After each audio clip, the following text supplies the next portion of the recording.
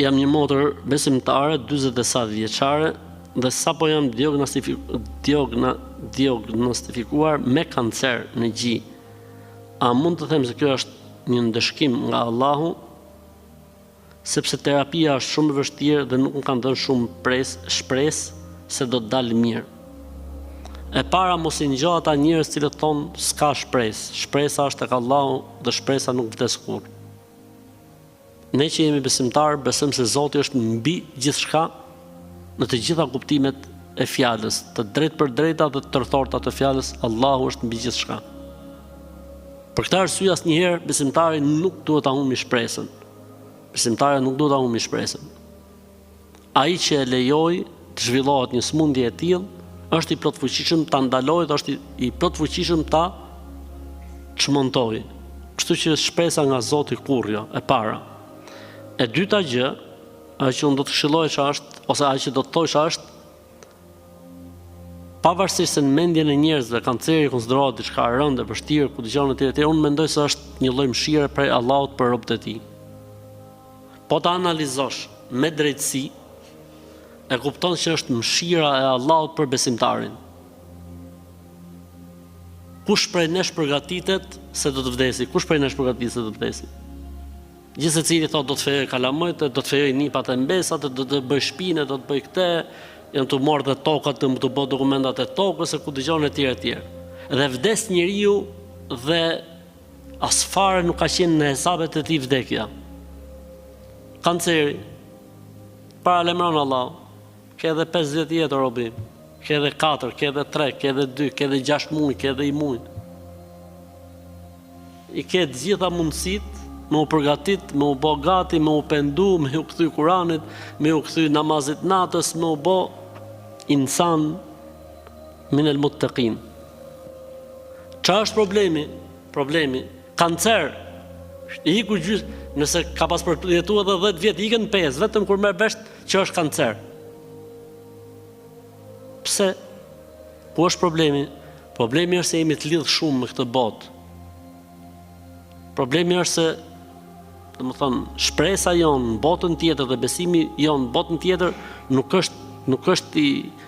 është i betonuar mirë. Pra po ta lexosh mirë, është mëshirë prej Allahut. Çdo sëmundje që ty thuhet, ej, prej kësaj ke vdekjen, është mëshirë prej Allahut, është mirësi prej Allahut.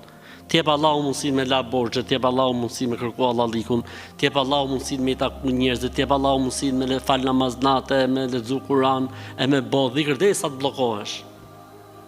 Ndërkohë që mund të ndodh kjo gjëja dhe ti s'ke bos një nga këto gjërat.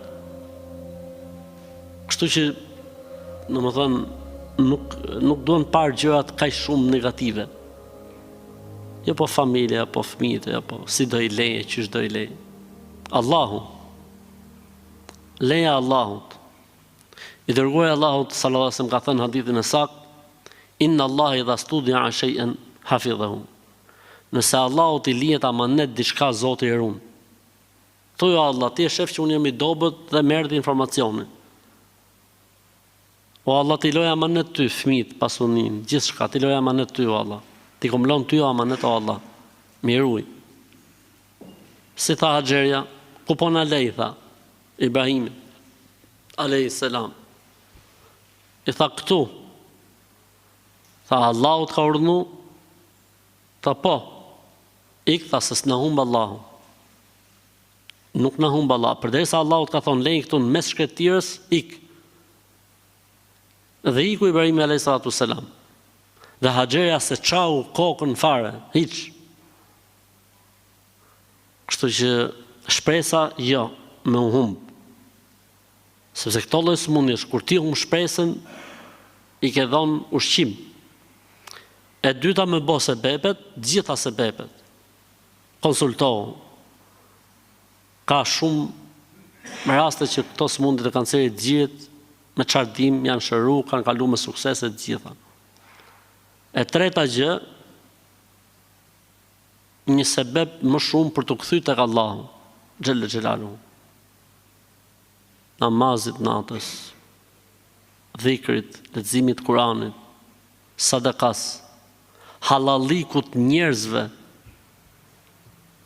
shkruajtjes testamentit, lënies amaneteve, subhanallahu.